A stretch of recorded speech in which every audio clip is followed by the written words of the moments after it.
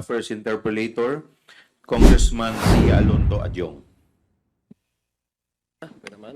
Bismillahirrahmanirrahim. Assalamualaikum warahmatullahi ta'ala wabarakatuh. Magandang umaga po sa ating lahat. Mr. Chair, I'd like to take off from the previous discussions that we had last November 5, Mr. Chair, where the committee has already established a numerous acknowledgement receipts from the Office of the Vice President as well as from the Department of Education. Various of these acknowledgement receipts bearing no names and only signatures, Mr. Chair. Now, we have already established that in the last committee hearing. There were even acknowledgement receipts, Mr. Chair, with names that repeatedly, hindi lang dalawang beses, even thrice, tatlong beses pong nag-a-appear ito sa mga sets of acknowledgement receipts. May mga acknowledgement receipts din, Mr. Chair, na pare-pareho ang pagkasulat. At yung iba pare-pareho yung tinta ng kanilang ballpen na ginamit. Na there have been numerous other observations, Mr. Chair, which lead this committee and at least this representation to believe na meron talagang questionable yung processes at mukhang gawa-gawa, yung tong mga acknowledgement receipts na ito, Mr. Chair. So since we started discussing about the acknowledgement receipt, Mr. Chair, there were numerous inquiries from the public asking me kung how important is this acknowledgement receipts are. So, pag-usapan po natin yon, and I think this is part of my manifestation before I go on proceed with my questions, Mr. Chair. Ang mga acknowledgement receipts na po ito ay isinumite ng Office of the Vice President at the Department of Education bilang documentary evidence of payment for the supposed expenses using confidential funds, Mr. Chair. For the record, and to answer the public, Mr. Chair, yung buong kabuuan po ng confidential funds ng Office of the Vice President, totaling 500 million pesos, as well as the confidential funds of the Department of Education, totaling 112.5 million. These amounts were liquidated, Mr. Chair, solely through the acknowledgement receipts, totaling with a grand total of 612.5 million of these public funds utilized na ginamit na ang binigay lang sa COA as a justification for the utilization of these confidential funds ay yung acknowledgement receipts na marami ho tayong nakita in the previous hearings na medyo questionable. Yung iba ay to a point na nakakatawa, Mr. Chair. And I would just like to cite an example, and let me go back to the previous, again, acknowledgement receipt that was first observed by Chairman Romy Acop. How many acknowledgement receipts are we talking here, Mr. Chair? Based on my office count, there are almost 4,500 acknowledgement receipts na nanggaling po in total, both nanggaling po sa Office of the Vice President, pati rin po galing po dun sa Department of Education when the Vice President concurrently holding the office as Secretary. Roughly 4,500, 2,670 from the Office of the Vice President submitted acknowledgement receipts, and 1,820 with no invoices, zero official receipts. Lahat po ito acknowledgement receipts na walang attachment of proof of identity, or the existence man lang ng yung supposed recipients nito ay buhay or totoong tao. So this is what we find out during the previous committee hearings, and this is what I think the observation of this representation would like to find out. May I, again, let me go back to the previous discussion that we had. At nagkaroon din ito ng national traction. May I request COMSEC to please flash the first acknowledgement receipt that was noticed by Chairman Acop. Ayan po, Mr. Chair.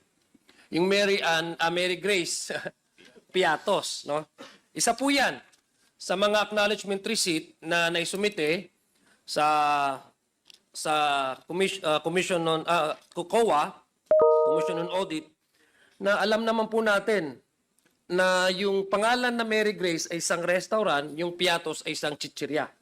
No, if you ask me, medyo questionable kung meron pa ho talagang taong nagngangalang Mary Grace Piatos. Now, we could not find out whether this Mary Grace Piatos is indeed a person or alive because there's no corroborate attachment to it other than the acknowledgement receipt na receive natin, ang pirmado niya. So, Mr. Chair, this prompted, Mr. Chair, in fact, some of the members here and guest members who came out with a yung pabuya na kung sino man ang makakapagturo, Mr. Chair, sa taong ito na buhay, we are willing to provide 1 million pesos as a reward for anybody who can point us to us whether this Mary Grace Piatos is indeed a person and if she is really around, alive, no, Mr. Chair. Also, as Mr. Chair, another observation that I want to ask, I think it was also already mentioned during the previous hearings, that there are names appearing in both the acknowledgement receipts from the OVP and as well as from the Department of Education. Pero may isang pangalan na nag-stand out sa akin among all the acknowledgement receipts na sinumite nila. So, Mr. Chair, just to maintain the confidentiality of the activities, assuming there were any such activities, Mr. Chair, I would just like to show to you the signature of this particular acknowledgement receipt which I noticed, Mr. Chair. No? May I request our ComSec to flash the second? Yan po. Ito po yung acknowledgement receipt. Galing po yan sa Office of the Vice President. Yung set po na sinubmit. Gusto ko lang pong tanungin ang ating COA. Mr. Chair, is Ms. Camora present? May we know if Here? representative from COA is present? Attorney Camora. Saan? Yes, Attorney Camora is present.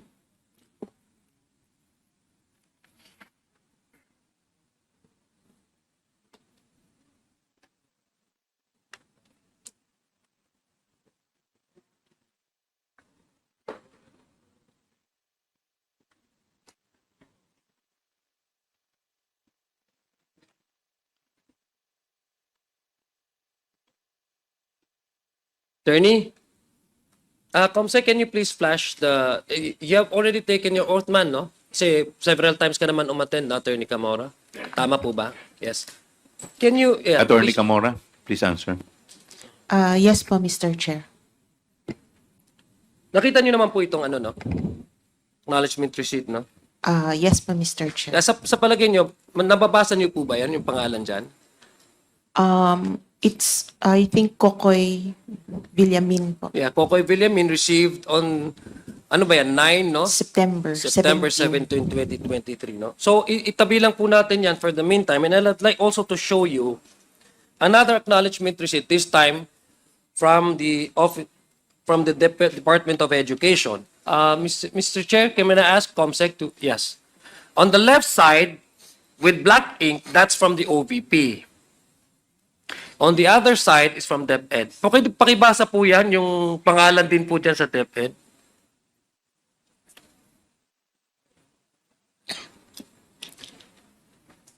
Mr. Parang parehas po, Mr. Chair, Kokoy Villamin. Parehas po, no? Yes, Mr. Chair. Oo.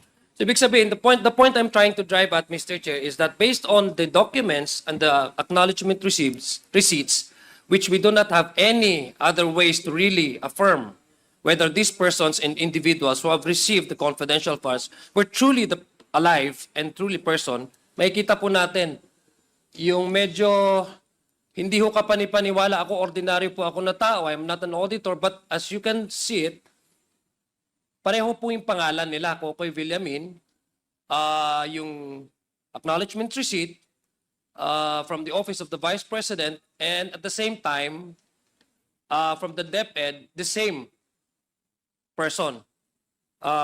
Kokoy Villamin from Osamis, no? Sa palagay niyo po ba yan? Kung titingnan po natin, Mr. Chair, sa palagay natin, common ba yung pangalan na, Mr. Chair, Ms. Camora, yung pangalan na Kokoy Villamin? Mr. Chair, parang hindi po since hindi, para siyang nickname yung Kokoy po. So, masasabi niyo po ba as a head or nag-audit ng Intelligence and Confidential Funds Audit Office, masasabi niyo po ba yan na isang person yan? Pwede po, Mr. Chair. Pwede? Pwede po. Pwedeng isang person, no? Is it just a coincidence that the same two offices heading by the same person submitting to you the same acknowledgement receipts can encounter two persons? How unlikely would that be? Two persons with the same name, bearing the same spelling, same last name, with the same first name. Posible po po yan? Medyo likely less possible. Yeah, I think po. it's highly unlikely, Mr. Chair, na yun po yung mangyayari, no? Kung titingnan niyo po ba yan, Ms. Camora, yung sulat po ba dyan pagkapareho? Hindi po. I think it's very obvious, Mr. Chair, that the signatures, Mr. Chair, on the one on the acknowledgement receipt submitted by the Office of the Vice President is quite different from the acknowledgement received by the Department of Education, no? Parehang pangalan pero mukhang magkaiba ang tinta. Mr. Chair, this is just one of the examples that we have received, no? Yung sinabit po nilang acknowledgement receipt, Mr. Chair. Now, is it true, Mr. Chair, that I'd like to ask Attorney Camora, is it true, Mr. Chair, na magkaiba po yung auditor dun sa OVP at saka the same sa Department of Education? Parang that time po, Yung resident auditor po nila, magkaiba po, no? yes po. magkaiba. Yung resident auditor, Yes, definitely magkaiba po. Kasi kung isa po yung auditor nito, I think malalaman po nila ito and they will be flagged, no? Kung bakit magkaparehong pangalan and magkaiba yung signatures. Exactly the same spelling and exactly the same family name. Tama po ba? Tama po, Mr. Chair. Okay, thank you very much. So I think, Mr. Chair, this is something that we should look into. The reason why I'm pointing this out, Mr. Chair, and for the public's information, ito po yung pinag-uusapan natin dito. Dahil unang-una po, with this kind of itong pag-aabuso sa ganitong proseso ng pag-audit na ibibigay lang po nila is acknowledgement receipts, it gives us so many, it provides us so many, and it opens up so many floodgates of questions, which I believe, yun yung pinaka-importante po na masagot. Dahil these are public funds utilized, and these are funds na readily available for their request. Tapos ganito yung nakikita nating mga reports nila at saka yung pag-acknowledge ng kanilang pag-utilize ng kanilang pondo. It's very obvious, Mr. Chair, na hindi lang po si Mary Grace Piatos ang nakita po nating questionable. Nakikita din po natin na may mga acknowledgement receipts, Mr. Chair, na pare-pareho yung pangalan, na magkakaiba yung date